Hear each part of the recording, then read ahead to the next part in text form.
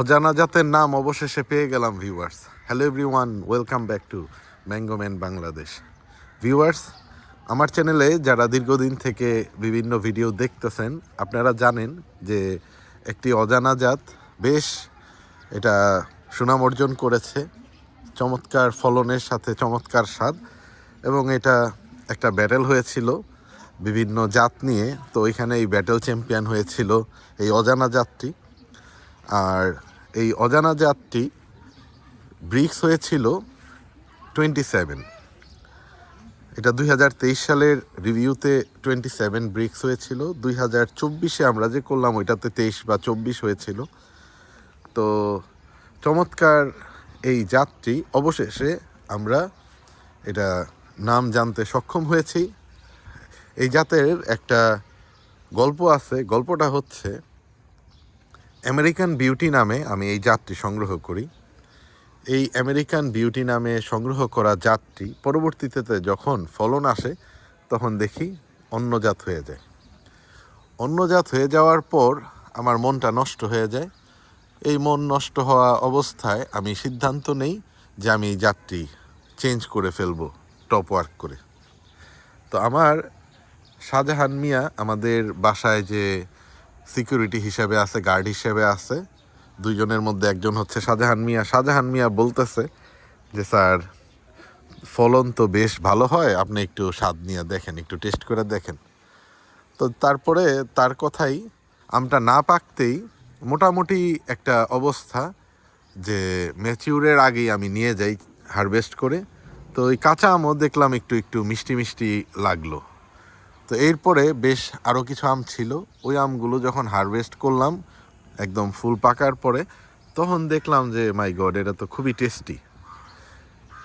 তো এরপরে এই জাতটি আমি রেখে দিই। তো ভিউয়ার্স, এবার দেখেন এই জাতটি কি চমৎকার একটা জাত। এটা কিন্তু ফ্লোরিডা ফার্ম বিডি থেকে অনেকেই অজানা জাত হিসেবে আপনারা নিয়েছেন যারা চ্যানেলে ভিডিও রেগুলার দেখেন।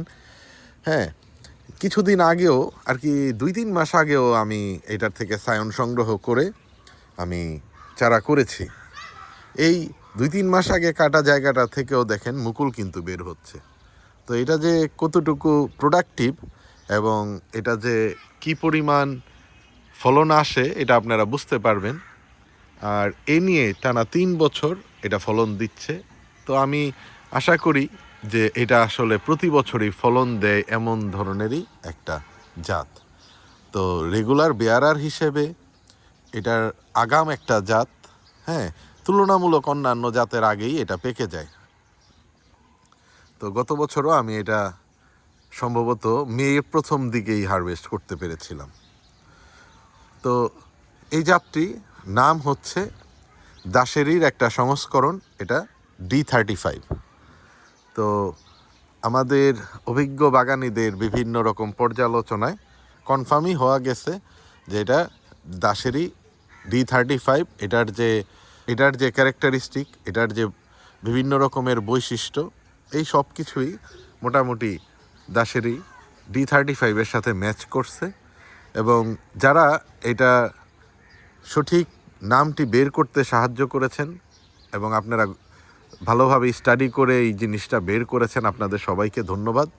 এবং এই জাতটি আমার যে অজানা হিসেবে বিক্রি করেছি বা আপনারা সংগ্রহ করেছেন, এই সংগৃহীত জাতটি আপনারা দাশেরি D35 নামে চেঞ্জ করে নেবেন। তো আশা করি আপনাদের বাগানে প্রতি বছর সুস্বাদু এই আমটি আপনারা হারভেস্ট করতে পারবেন। তো ভিউয়ার্স, আজকের মতো এই পর্যন্তই। অজানা জাতের নাম শেষমেশ আমরা পেয়ে গেলাম।